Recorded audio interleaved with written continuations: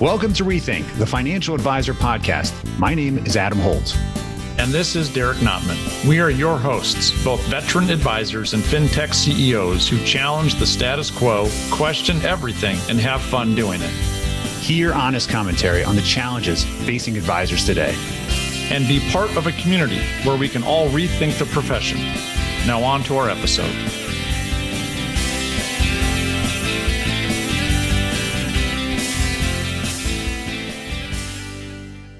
Adam, what is the best type of firm for a financial professional? Is it captive? Is it pure RIA? Is it independent broker-dealer? Is it hybrid? Is it some combination? What is it, my man? And hey, nice to see you again. Nice to hear you too. Thanks, I think. Do you know how many times we get this question? As if we know the answer. Right. I mean, having been in the business for 20 some years each, it's a sticky question. And we've been hesitant to talk about this one to some degree, although, as we mentioned before, we're going to do it anyway. This gets some attention, doesn't it? Why do you ask? Well, man, there's so much rhetoric around this. And I think that there are some stronger opinions out there that like to say some things, but then the data may not support that. But yeah, man, I get this either individually or we see posts about it. Man, it's everywhere. And so, yeah, we're going to unpack it a little today. And we've got a special way to do it. It's true. And, both Asset Map and Connector have many clients in this space that are affiliated with all of these questions that you asked, right? But it's interesting how many kind of we'll call it behind the scenes questions we also get because people are curious about what's on the other side, right? What are other people doing that are using your products? And are they better? Is it better for me? Should I be there? And so forth, right? I feel like a refugee stuck in a camp and I need to find a place to land? Or am I living in a palace and I'm happy and I just want to know what else the Jones are doing? I mean, so it's important. So let's address what kind of social surveying and research we did to try to answer this question for our listener group. Yeah, so I'm a big fan of data and I like using the polls on LinkedIn specifically. You can get a lot of data pretty quickly. Now, obviously, there's always some margin of error here, but we asked a couple questions. One of them, which I think will resonate with a lot of us, is what is the best way to start as a financial advisor? And the options available to pick from were a wirehouse BD employee, a non-captive wirehouse or broker-dealer, a fully independent RIA/IAR, or something else. Now, from the rhetoric, you would think, well, everyone should just be an RIA and start that way. In fact, only 49% of the people that voted on this said that fully independent is the way to start. So I find that really interesting. I don't know. What do you think about that, Adam? Well, I'm actually surprised about that because most of the time when we started in the business, there were no RIAs independents, right? You actually were either forced to go to a wirehouse, an established organization, an insurance carrier that was moving towards wealth management. And those were the two that hired, especially people that had no book of business and no assets to bring. So to learn the business and cut your teeth and also maybe even get some small stipend or salary to be able to pay the bills in those early years, you tended to have to go to a company and learn the ropes. It's interesting to see how many people, I'm surprised actually that 49% said that you could actually start at a fully independent RIA. I'm wondering what business do you bring to the table? That's a tough one, right? Because you're other than maybe coming with a strong natural market, you're not coming with much. And let's face it, the majority of RIAs are small shops. Mm-hmm. And even if you look at some of the dialogue in that post in the comments, the idea in a silo makes sense. I get it.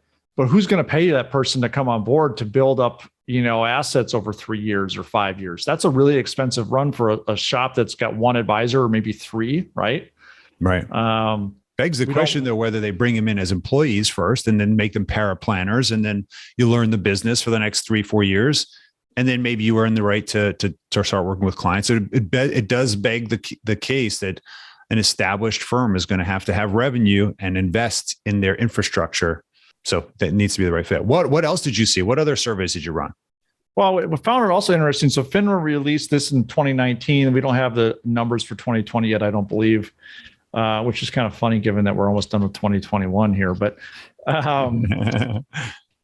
they looked at the decade from, was it 2010 to 2019, through that whole period there, at like the type of advisors and the trajectory, can't speak today. Yeah, that trajectory, that thing, about the different types. And what basically they were saying that the data supported was, hey, the broker dealer type of advisor has actually decreased by about 20% over the last decade, where the RIA side has increased by about 20%. Now, in total numbers, the BD types of advisors far outweigh the RIA space, but the numbers are clear. And so what I asked is like, all right, well, what type of advisor is going to lead the next decade? And only 4% said broker dealer reps. But what's interesting is like we've got 55% that said investment advisor only, so pure RIA, but 41% that said duly registered. Why do you think that is? The BDs still have a really big hold, and we have a special guest where that's actually probably going to touch on this a little bit today. But the pain of leaving a broker dealer environment where most advisors are can be quite high. So if I don't have to leave, but I can bring on some RIA type stuff to my current broker dealer situation, that feels pretty good, and it's a lot not as hard to do. Yeah, it's so, true. Yeah. We're going to I'm looking forward to talking about that one, especially with Ryan. And what was we led this with what's the best place to land as an advisor. You'd recently done some surveying on this. What did you find?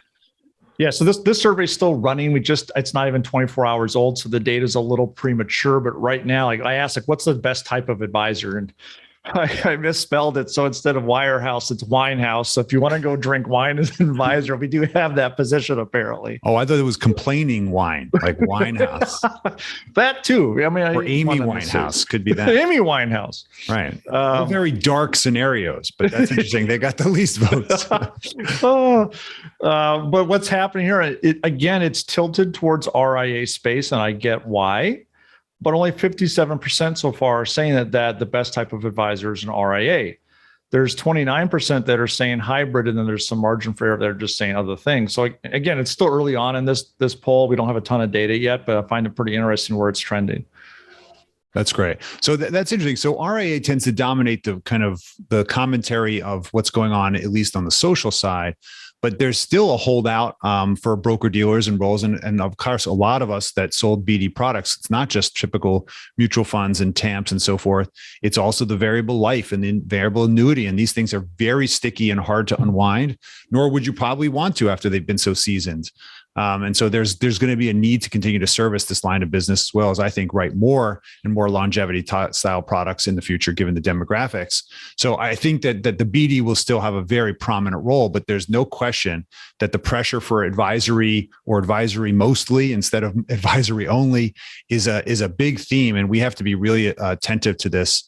As we recently talked about with Michael Kitsis on episode 9, and so that's something I think. Well, one of the things that we figured out, Derek, is that we wanted to go searching for an expert who's actually dealing with these transition questions, because instead of us trying to answer what we think our friends are doing and who's better off, we decided to reach out to someone who we know who's been in the business for 20 years, Ryan Shanks, who's the CEO and founder of FA Match. We kind of think of it as he's built as a recruiter of financial professionals along all of these firms. He's also worked on and built something that's like the Match.com of financial advisor fit. So the technology platform helps people figure out where they are today. And so the first question we asked him is a 3-part. We actually asked him 3 questions. Who's looking to move? And what is the typical profile of a financial professional considering a move today? So let's listen to what Ryan had to say.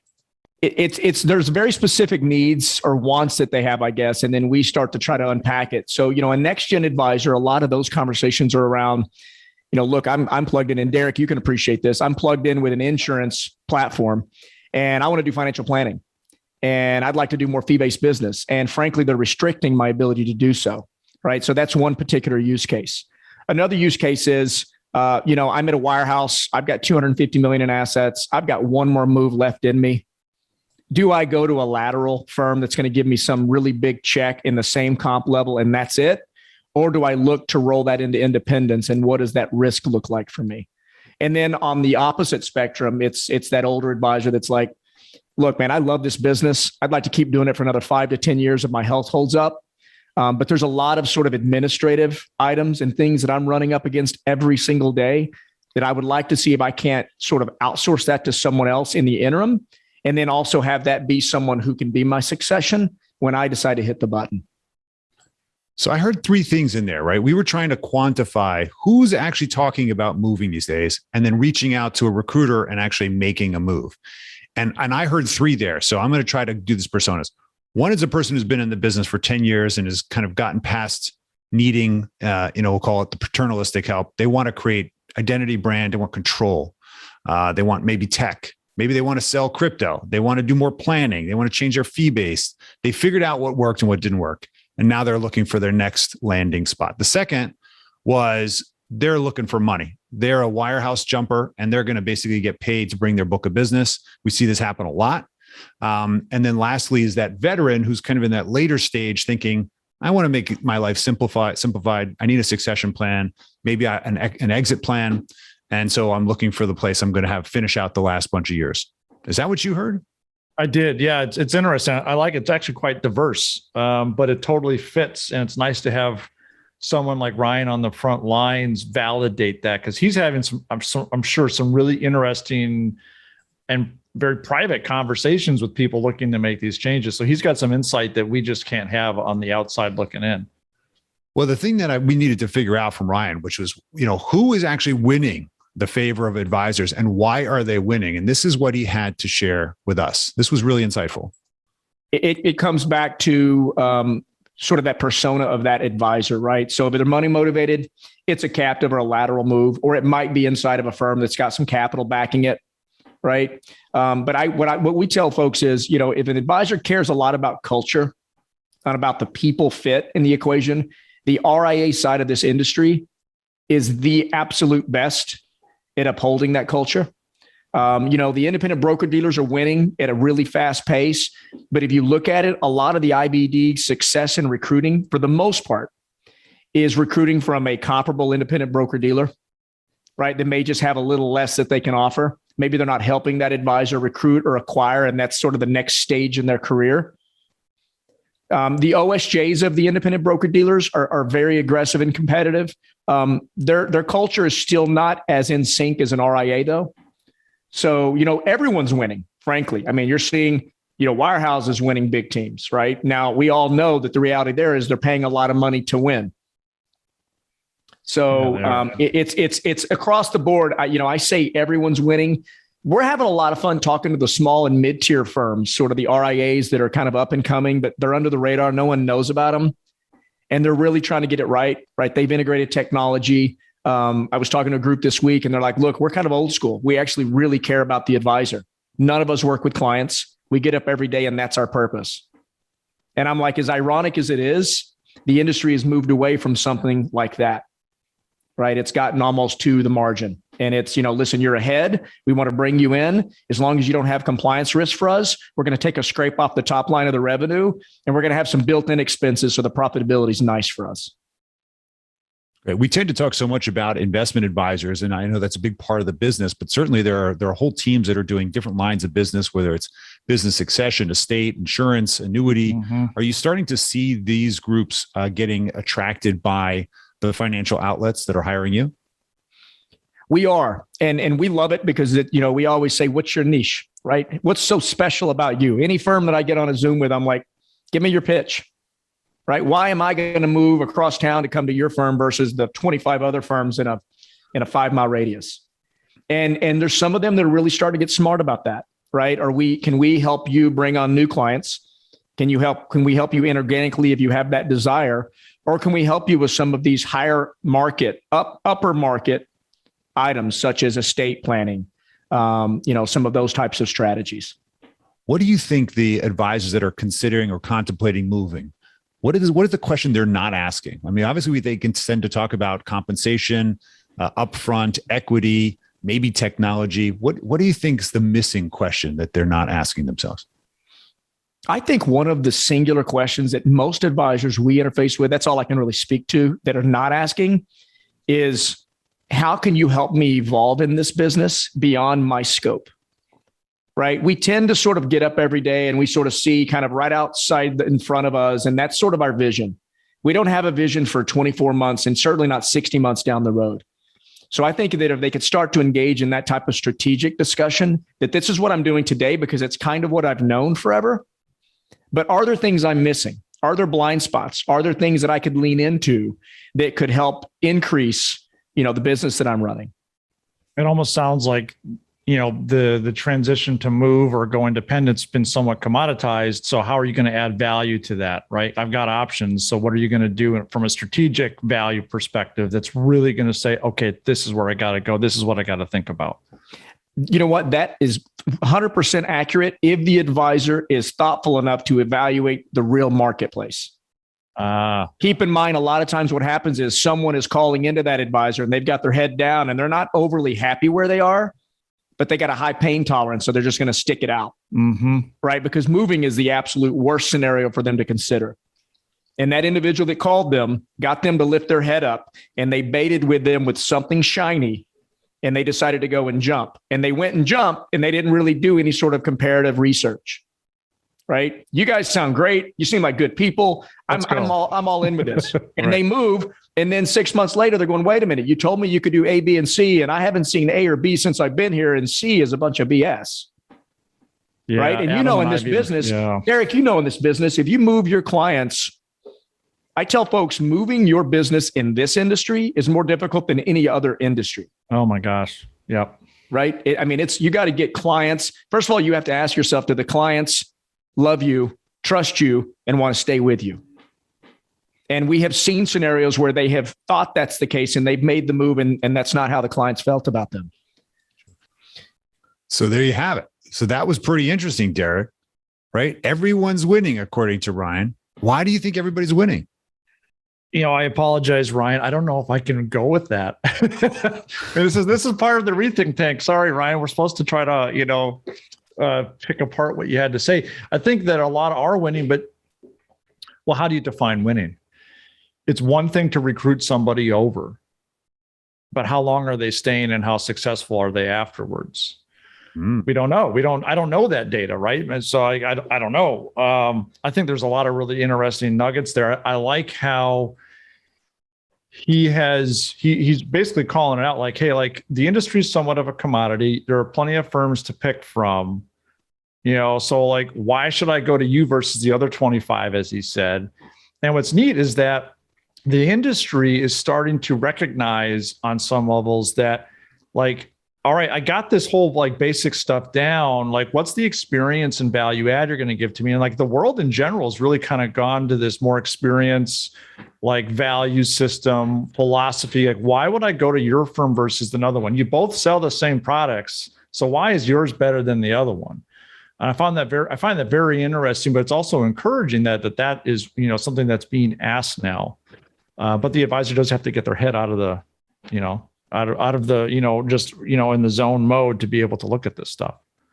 It's funny. I was thinking about that too. And I think everybody's winning because marketing is really excellent, right? People all move for reasons that don't always make intellectual sense. And what I loved what he said is that the scope, right, of understanding that this is not a 24-month decision, right? The 24 months of transitioning, of bringing over a book from one BD to another, AKA firm, whatever it is, but actually thinking 60 months out, 180 months out, and thinking, how does this really affect my ability to deliver so that I'm not doing this again in 4 years?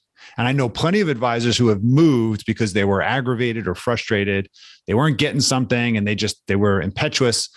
Of course, it took time. They couldn't just make a decision like that. And they moved, and then they moved 3 years later because they were disappointed, right? And that's because we all know, coming from the sales world, if you call somebody in their biggest moment of need or pain and you catch them with the right shiny object, sometimes they actually move, or they move their money, or they move their firm, or they marry you. I don't know. The point is the point is that we all make decisions, right? That made sense in the moment. Now, the question is, I thought it was quite interesting that he talked about culture, because there is, as you already said, this real big push to align the the culture and the positioning and how I want to be represented and my reputation with a firm, we are starting to see technology solutions that we know of effectively try to disintermediate this entire infrastructure, because they realize it is getting commoditized, and the cost of delivering a larger firm is going to get compressed, just like everything else. What do I mean by that? What I mean is that most of us who've been in financial advice for some time, typically brand ourselves, right? We're rebranding, we're doing business as. We're not usually using our larger organization unless we're getting something from that, some form of credibility or reach or connectivity, right? If we're with a large bank, we might really enjoy the benefits of being with the bank because the consumer really values it. But many of the growing areas of financial advice, an independent or single person advisory firm is their own firm. It's John Smith Financial, Mary Egan's planning, right? We're really branding ourselves. It begs the question of whether I need a big brand behind me that's recognizable. That it is a huge question. I think part of it's going to be driven by the type of clients you're going to work with. Some clients, and I don't mean to generalize here, but I would say that older generations, I think, would probably be more comfortable with large established brands, where the younger generations are probably going to shift more to I don't care so much about the brand as I do about the person behind the brand or the person representing the brand. Mm-hmm. I really like Joe. Joe happens to have this other, company he's tapped into, but I just like Joe. So I'm going to go work with Joe, Yeah, absolutely. Well, let's hear how Ryan finished it up as we asked him, what was he trying to build to try to solve a lot of these problems so that we had help understand where it's going. What we've done is, I've been doing this for 22 years, right? So keep in mind, I've done it very old school, one-to-one, love the business, but it's sort of a scalability option. But what we've decided was we wanted to go out and create a very unique set. We call them avatar types for every advisor type and firm type in the industry. And then we built an algorithm that drives compatibility on your ability to do business together. So the only thing that's really left from that point is, do you like each other, right? Do I get on a call with you, Adam, or a Zoom with you, and I like the response you have to my questions? I like sort of the forward thinking that the firm has. I like the fact that you understand that the advisor is your client.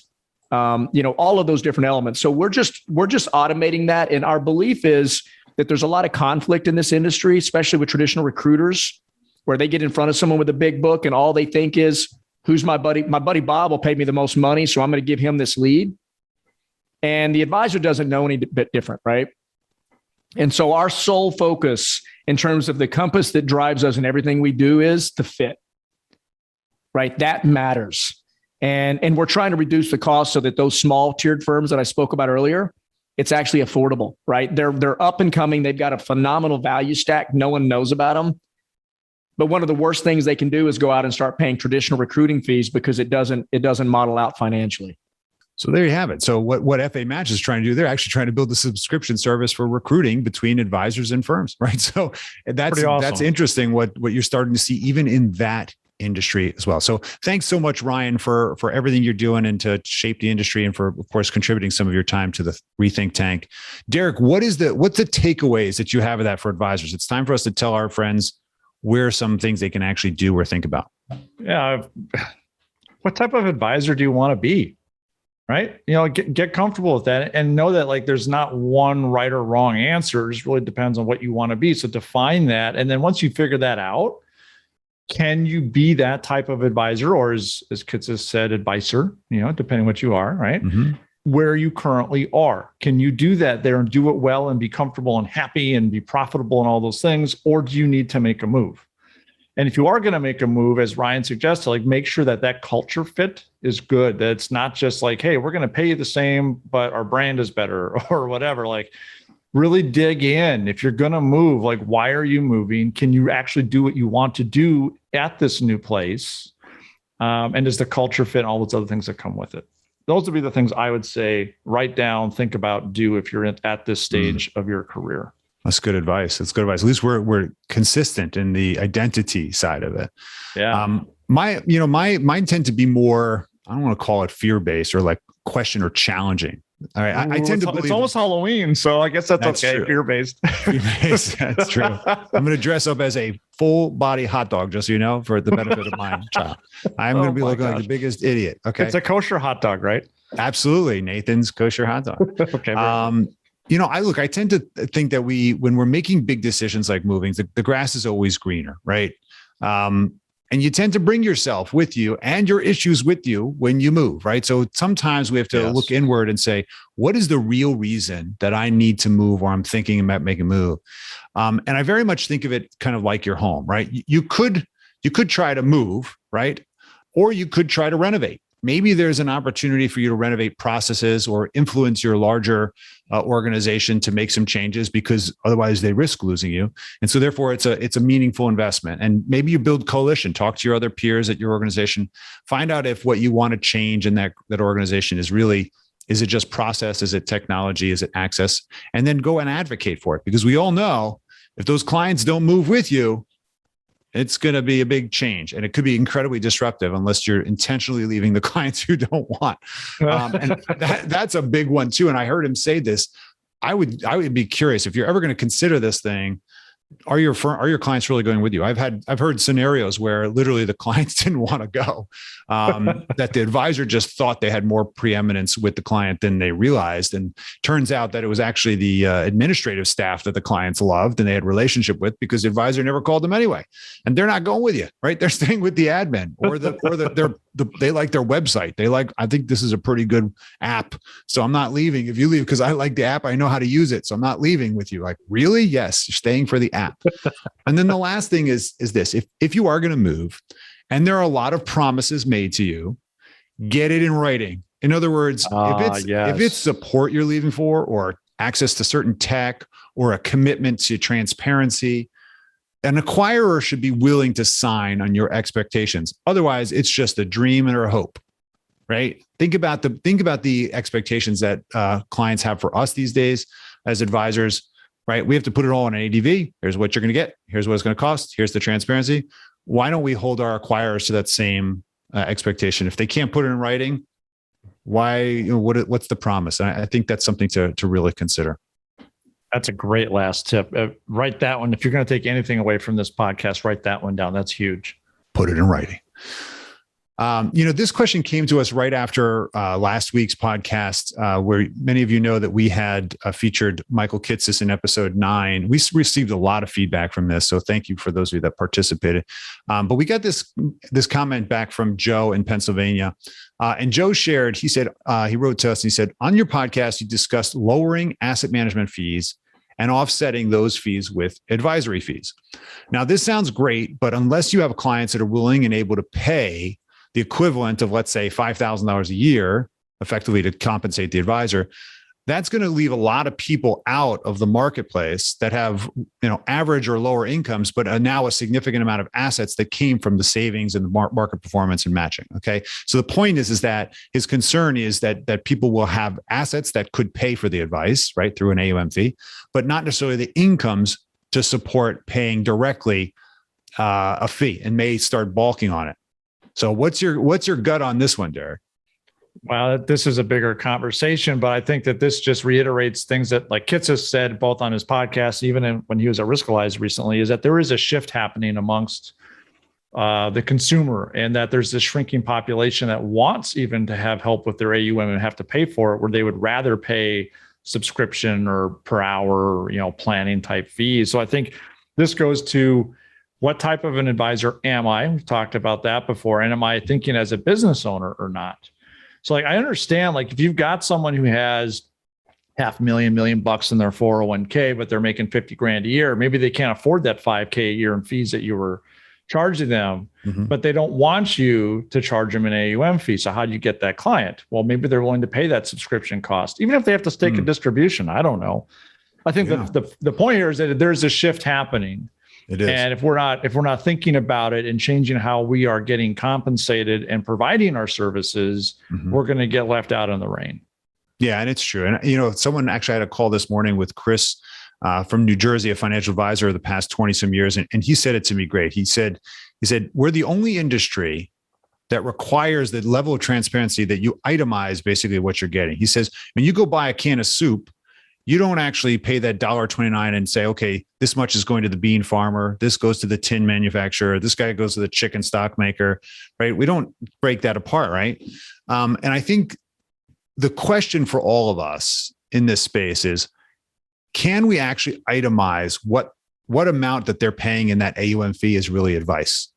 And can they choose to pay it differently, or can they continue to pay it from their assets? Because frankly, the assets probably should be paying the fee, not the income, right? Yeah. And that's the distinction I think Joe's making here, is that the client is going to perceive it as being a budgetary cost in my annual budget. Ouch, that feels, I need to pay for Netflix and my cell phone. That hurts, right? But when the asset's paying for it, it's just a fee on the actual fee. It should pay its own way, in other words. And I don't know that that's necessarily going to have to change. We just need to disclose that they're specifically getting advice for that money. So that's kind of what I think. What it's going to really lead us into is actually episode 11 coming up, which we actually did another interview, and it's all about entrepreneurship and thinking like a business owner. And a lot of this does tie together, doesn't it, Derek? You really think differently when you're a business owner versus an entrepreneur specifically, versus just an advisor and running a practice. There is a huge mindset difference. And you actually kind of have to wear both hats depending on what you're doing. But yeah, we're going to have fun with this episode. I'm looking forward to it. I agree. Well, that's all for today, everybody. Thank you so much for participating. Joe will send you a t-shirt. Hopefully you'll wear it with pride. And remember to please interact with us on LinkedIn. Send us your questions, your challenges, your disbelief, and your debate. We want to hear it. And of course, hopefully we'll turn into an episode. Let us know the topics you want to touch on, because we've got a whole list, but we want to make some waves. So thanks for being here and being part of it. Derek, a pleasure, my friend. Always spending time with you. Likewise, brother. All the best. Thanks, everybody, for chiming in to another awesome episode of, what are we doing again? We're rethinking. We're rethinking it all. All right. Cheers, guys. Bye, everyone.